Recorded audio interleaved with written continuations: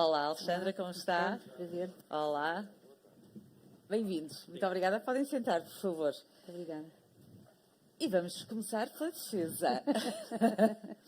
Estamos numa situação muito complicada em todo o mundo, não é? É verdade, é verdade. Os últimos anos, se nós olharmos, se retrocedermos 2 anos, nós achávamos que não ia haver guerra.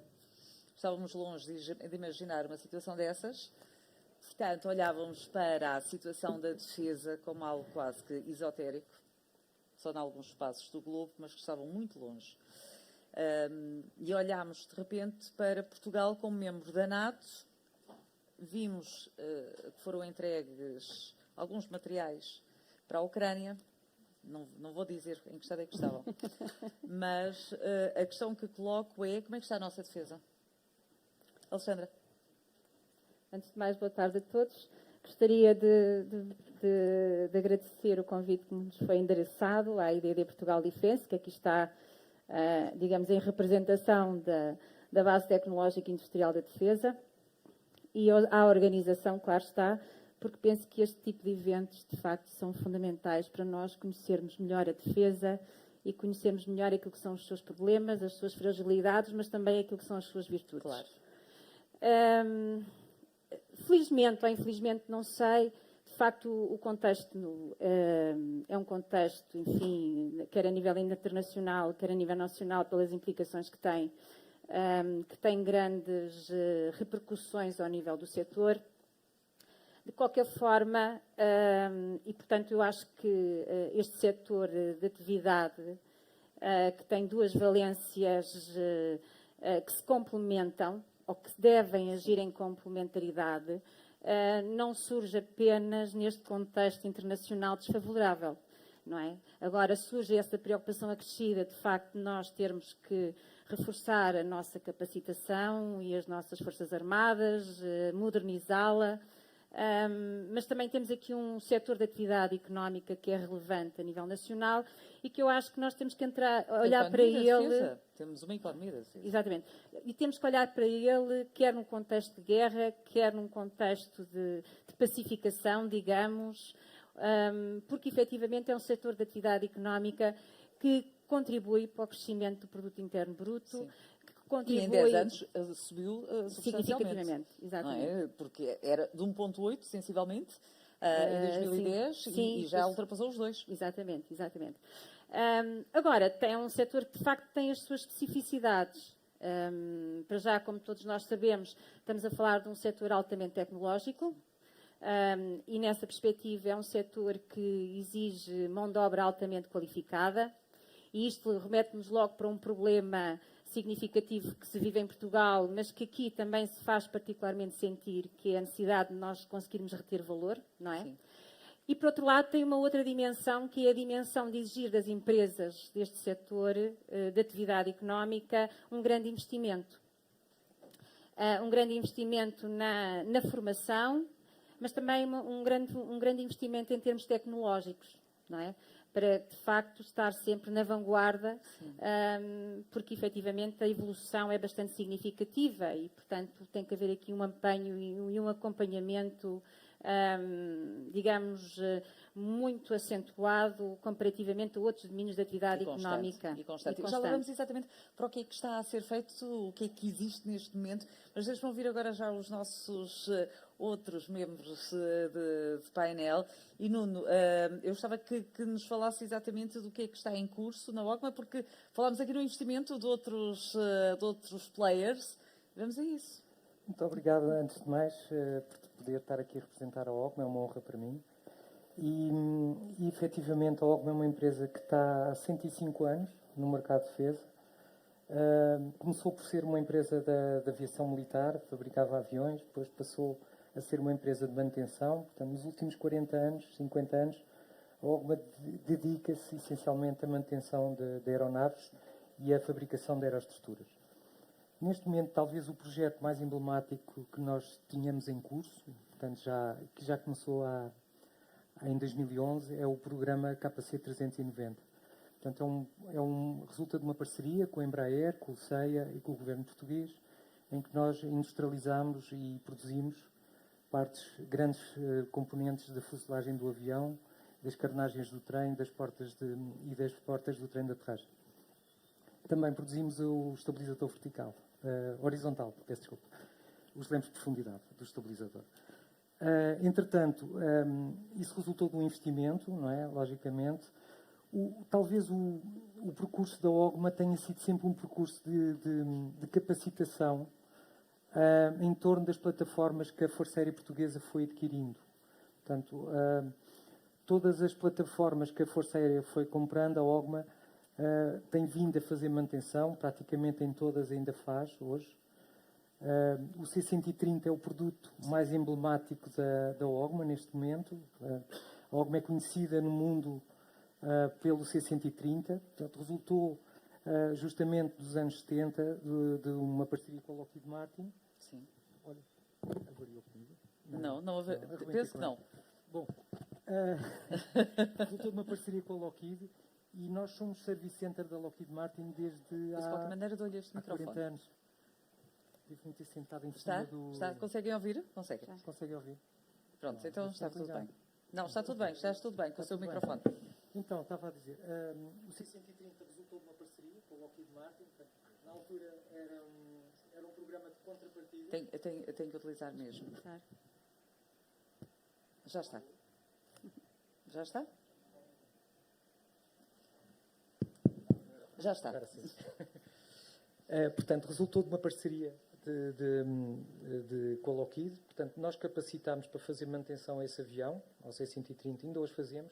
Temos mais de um portfólio de clientes de mais de 30 forças aéreas no mundo inteiro. Portanto, foi o primeiro produto que internacionalizou a empresa. Sim. A partir daí, desenvolvemos uma capacidade da área de motores com a Rolls-Royce, onde temos uma parceria de mais de 30 anos. Também resultou um investimento na área de motores.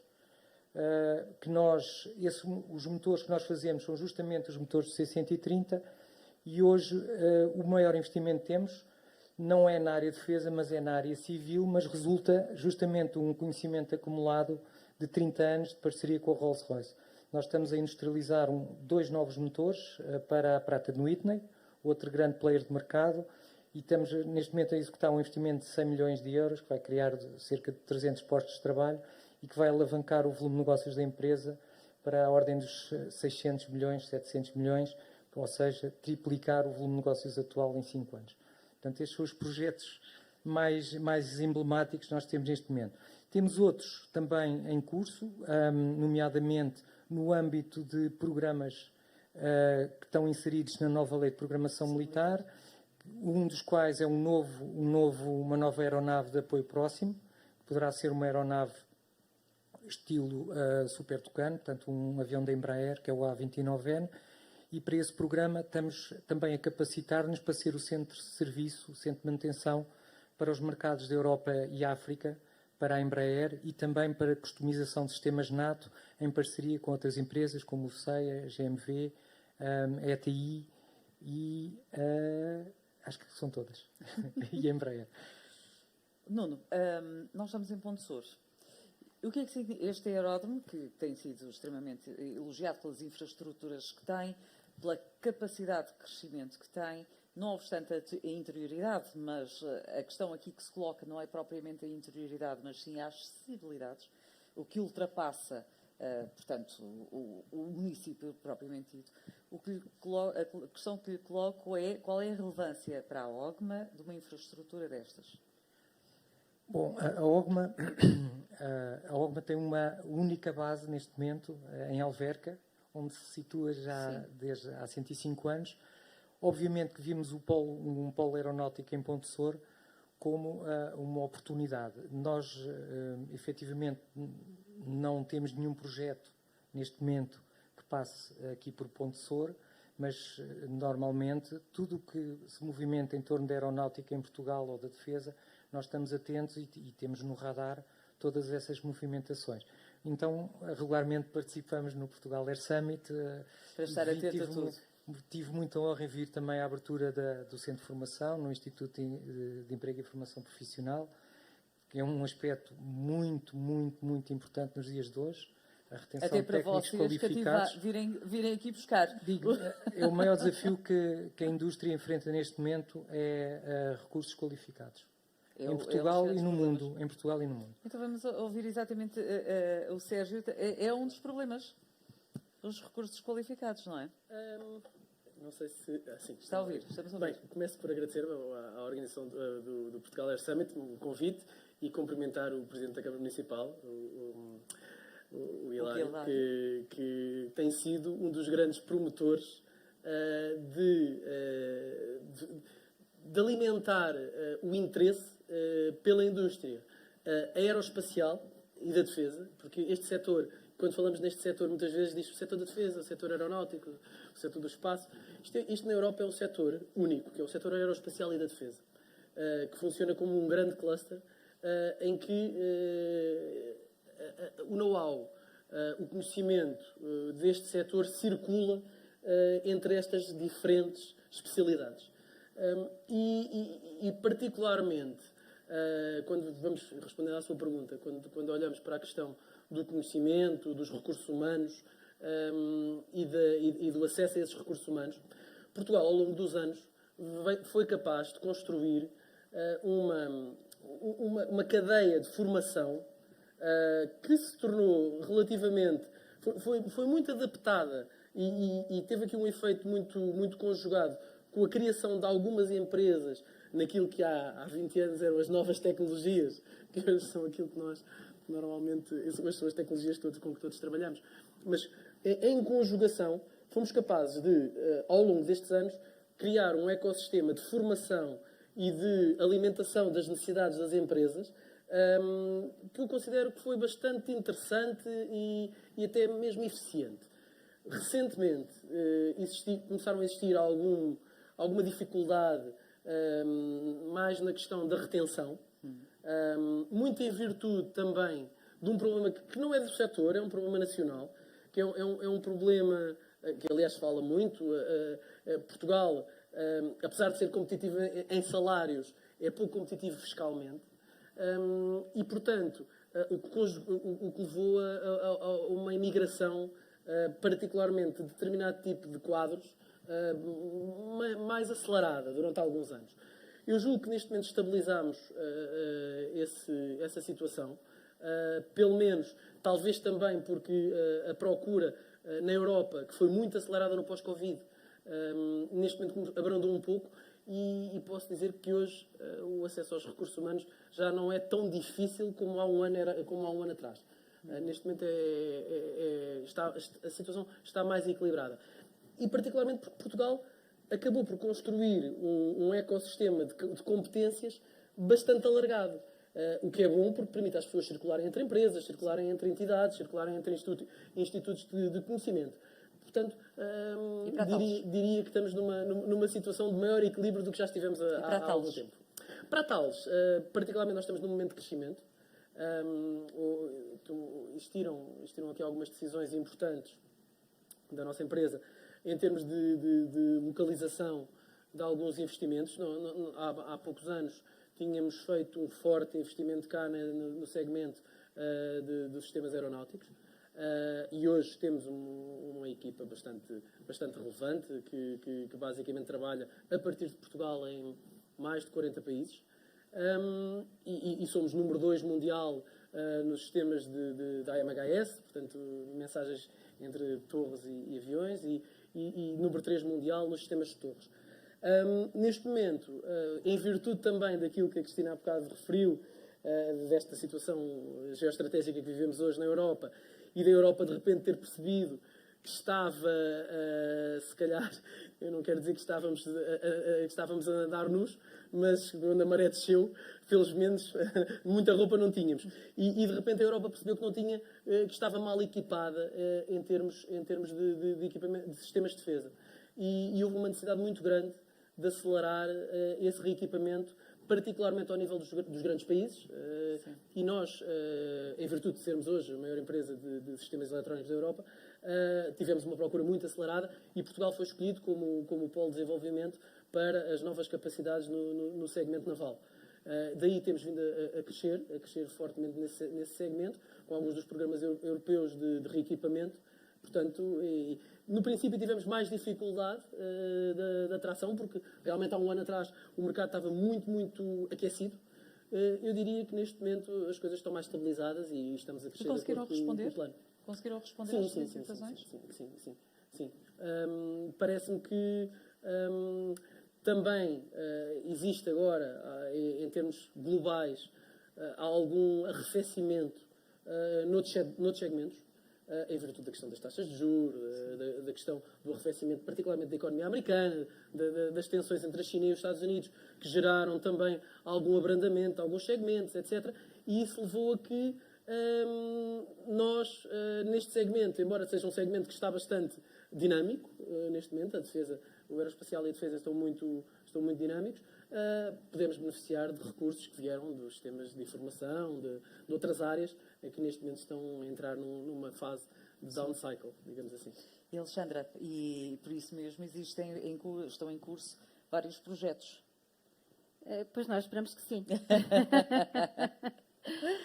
Estão em curso vários projetos. A nível nacional, nós temos a Lei da Programação Militar, como sabe, que já entrou em vigor em agosto, foi adotada em 17 de agosto de 23.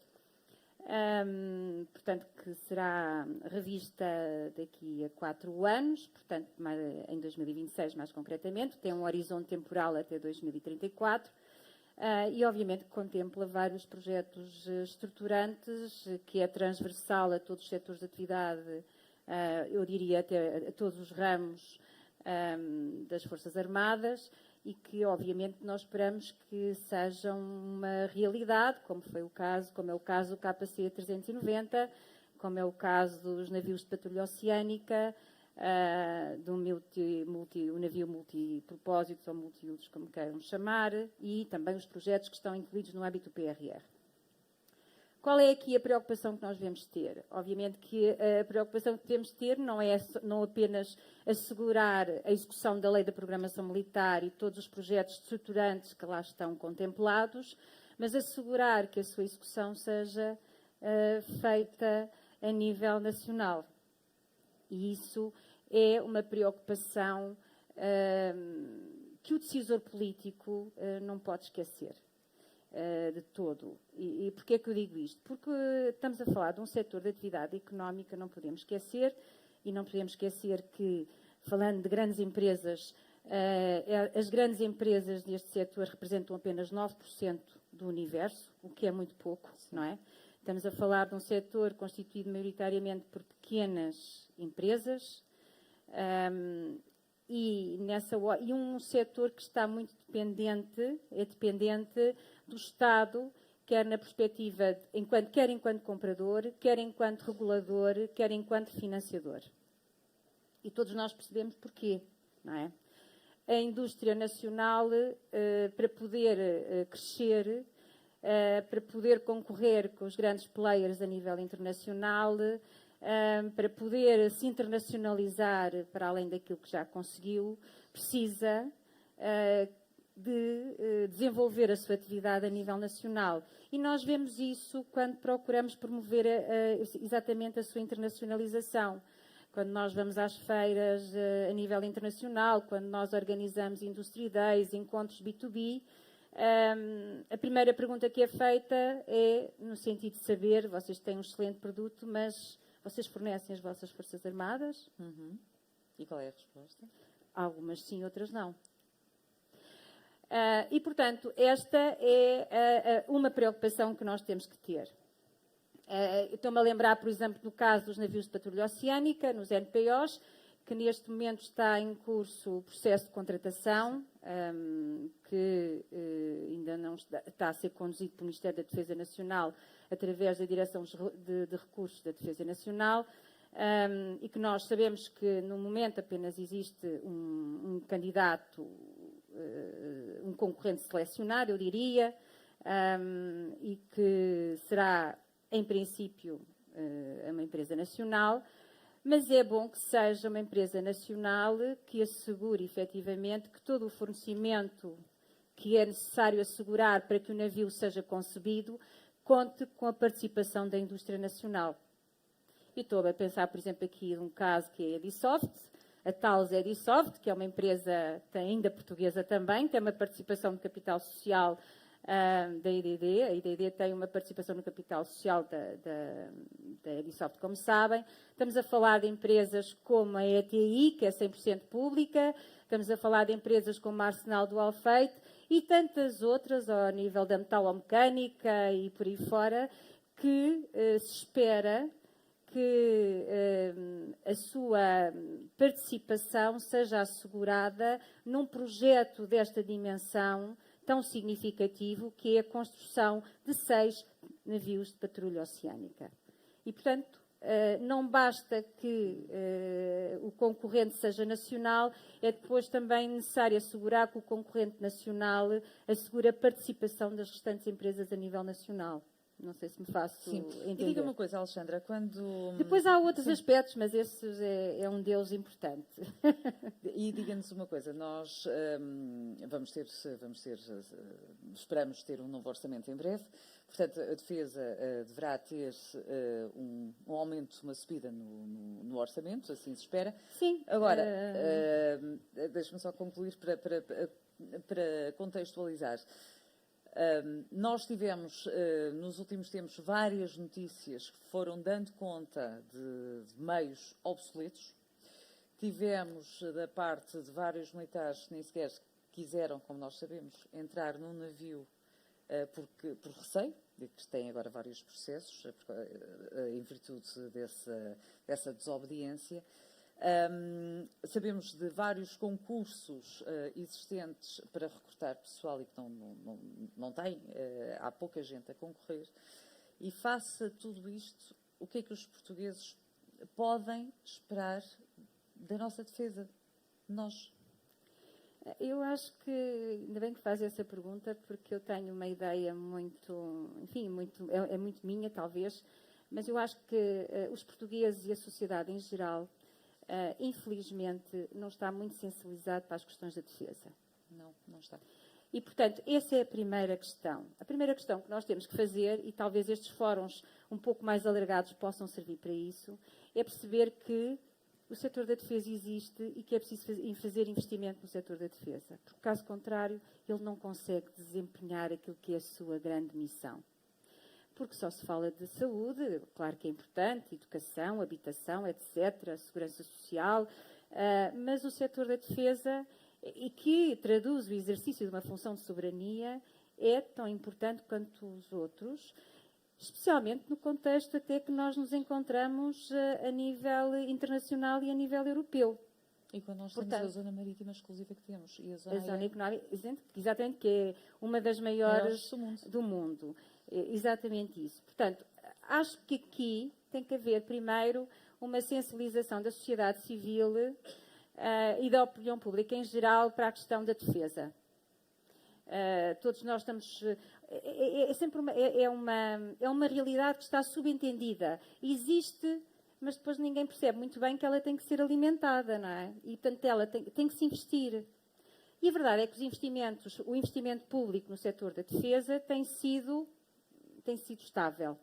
Tem variado em termos orçamentais, entre 2,5% e 3,5% quanto à despesa pública orçamentada, e nós ocupamos o 23º lugar dos países da NATO em termos de despesa versus PIB. Portanto, o que é que... Ou seja, 1,48. Sim, ainda não chegamos aos tais 2%. Ainda não chegamos. Portanto, pretendemos que em 2030 se consiga atingir 2%, não é, em termos de investimento. Para isso, é de facto preciso sensibilizar, estamos todos sensibilizados que temos que investir no setor da defesa, na capacitação das Forças Armadas, é essencial, senão não podemos falar de Forças Armadas e não podemos falar do exercício de uma função de soberania tão importante quanto esta. E temos também depois o outro lado, que é a parte económica, porque efetivamente eu, aliás, enquanto professora de Finanças Públicas, costumo dizer, não é? Não há Estado Social se não existir economia. Aqui também, para existir defesa, pode existir economia. E a economia tem uma palavra a dizer aqui também, que é o setor económico que aqui existe, que carece de alguma atenção por parte do Estado, quer do ponto de vista do financiamento, quer do ponto de vista da sua própria regulação. E isto para quê? Para o tornar também competitivo. E depois esta conversa levar-nos a outros temas que eu não queria aqui entrar, mas que se calhar teremos a oportunidade de falar noutras circunstâncias. Até porque isto levava-nos até para outras questões. Exatamente. Porque quando falamos de defesa, de segurança, falamos de cibersegurança, dos dados. Exatamente. Íamos por aí fora. E não temos, obviamente, o tempo não nos chega. E eu vou-vos pedir umas notas finais, dando sensivelmente 3 minutos a cada um, pedindo-nos para abordar as questões que considerem pertinentes nesta área, até tendo em conta que estão a ser transmitidos, que este evento está a ser transmitido, para que seja passada a mensagem relativamente a esta abordagem, a este tema. Então, aqui o ponto que a Alexandra tocou, para mim, é um tema bastante sensível, porque tudo na defesa roda à volta da lei de programação militar. É onde estão as oportunidades e onde estão os desafios. Neste momento, saiu uma nova lei que reforça, de facto, o investimento, e há uma parte que não foi dita aqui, mas que é importante dizer também, é que 42% do dinheiro está para recuperar déficits do passado de falta de investimento em defesa. Portanto, esta nova lei já contempla alguma coisa de recuperação do passado, mas o que é importante, e em Portugal é aqui que nós normalmente falhamos, é na execução. Portanto, o diabo está nos detalhes e nós, se não executarmos, não vale a pena termos orçamento.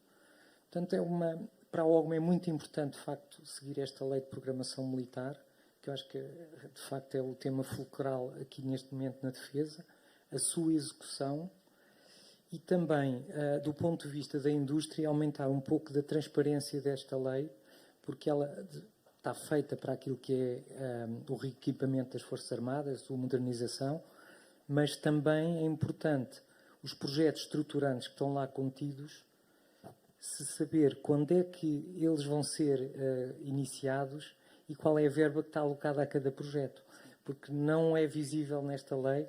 Todo o quadro de orçamental desta lei está organizado por capacidades militares, mas estão lá 100 projetos e 400 subprojetos. E isto, para a indústria, é fundamental conhecer o quanto e o quando eles vão acontecer. Para quê? Para a indústria estar preparada, para nós maximizarmos a oferta nacional para esta incorporação. Senão nós não vamos atingir os 33% que está previsto nessa lei. Esse é um ponto que eu acho que resume aqui esta conversa. Muito bem. Bem, eu julgo que tanto a Alexandra como o Nuno tocaram agora em pontos cruciais. Mas eu gostava de levantar aqui algo, se calhar, um pouco mais polémico, mas que, quanto a mim, é se calhar o cerne da questão, e é curioso estarmos aqui em Ponte Sor até para falar exatamente desse ponto, que é, ao contrário, a Ponte Sor demonstrou aqui, tem aqui um micro-exemplo daquilo que um país como Portugal pode fazer, em que uma região decide avançar num determinado segmento, faz determinado tipo de investimentos, vai ganhando conhecimento ao longo dos anos nesse segmento, atrai os players e não só a própria região aprende, como cria à sua volta um ecossistema de conhecimento em que os políticos da região sabem do que é que estão a falar. E este é o ponto crucial no país. É que existe uma dificuldade muito grande ao nível político de topo em perceber o que é a economia da defesa. Eu diria que esse para mim é o ponto central. Até pela própria rotação que muitas vezes existe das pessoas nas funções. Esta é uma economia difícil, não é trivial. Grande parte das pessoas que aqui estão, e muitos de nós conhecemos há muitos anos, demorámos algum tempo, vários anos, a perceber exatamente as particularidades deste setor.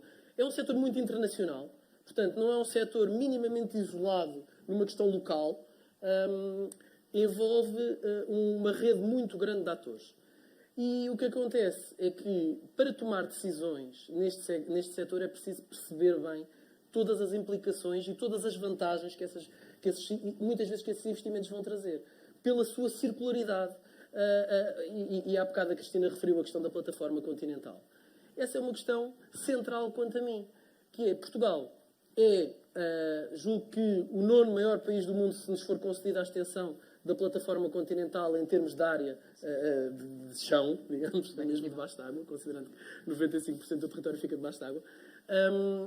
E não se olha para o valor da economia que esta plataforma pode potenciar, não é tido em consideração numa forma estratégica. Nós olhamos para países como a Noruega, que tem um fundo soberano à volta de tudo o que extrai do seu subsolo no mar, criou, e subutilizar esse fundo soberano para fortalecer a sua economia, fortalecer as suas empresas.